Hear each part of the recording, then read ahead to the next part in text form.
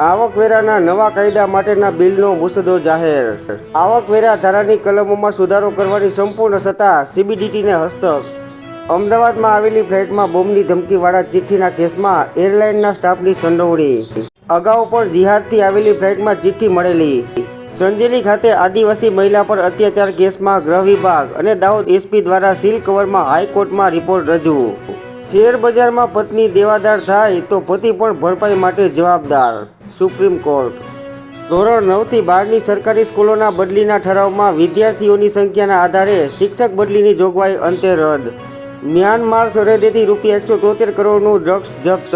IPS Piyush Patel એસીબીના ડાયરેક્ટરના પદ પર નિયુક્ત।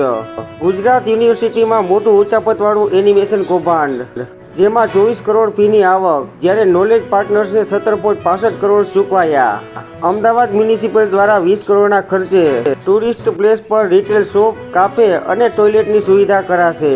પીડીઈયુ વિરુદ્ધ ખોટી રીતે અપીલ કરનાર પરીક્ષકને ₹50,000નો દંડ। હાઈકોર્ટે પરીક્ષકની અપીલ ગંભીર આલોચના સાથે ફગાવી।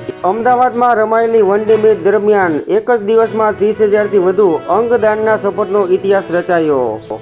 જીટીયુ પરીક્ષામાં ગેરરીતિ બદલ 286 વિદ્યાર્થીઓને સજા। અમદાવાદમાં 6 મહિનામાં શહેરની 13 બેંકોમાં 2166 નકલી ચલણી નોટો આવી। કોટક મહિન્દ્રા બેંક પર નવા ગ્રાહકો લેવા પર મુકાયેલા પ્રતિબંધો રિઝર્વ બેંકે ઉઠાવ્યા। અમદાવાદમાંથી 50 બાંગ્લાદેશીઓની ધરપકડ, એક સગીર સહિત 16 બાંગ્લાદેશી નાગરિકોને ડિપોર્ટ કરવામાં આવ્યા। આરબીઆઈના ગવર્નરની સહી સાથે 50ની નવી નોટ બહાર પડશે। રૂપિયાનો ઘસારો મુશ્કેલી વધારશે।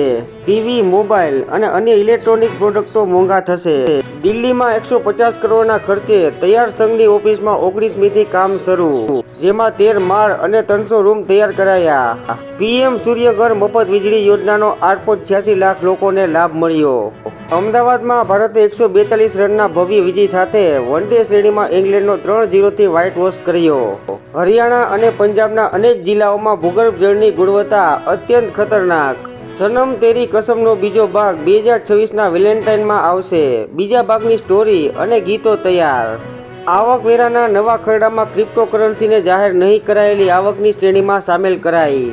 યુએનની સુરક્ષા પરિષદમાં કાયમી સભ્ય માટે ભારતને ફ્રાન્સનો ટેકો, જેમાં મોદી અને મેક્રો વચ્ચે અનેક સમજૂતીઓ થઈ। તુલસી ગબ્બાર્ડની અમેરિકાના નેશનલ ઇન્ટેલિજન્સના ડિરેક્ટર પદે નિમણૂક। અમેરિકનોને કાયદેસર ભારતીયો કરતાં ગેરકાયદે મેક્સિકન વધુ પસંદ। આ સર્વેમાં 82% લોકોને મેક્સિકન નાગરિકો વધુ અનુકૂળ આવ્યા। કેરળમાં સરકારી નર્સિંગ કોલેજમાં રેગિંગની ક્રૂર ઘટના, જેમાં વિદ્યાર્થીઓને નગ્ન કરીને પ્રાઇવેટ પાર્ટ પર ડમ્બેલ બાંધ્યા, જેમાં 5 વિદ્યાર્થીઓ સસ્પેન્ડ।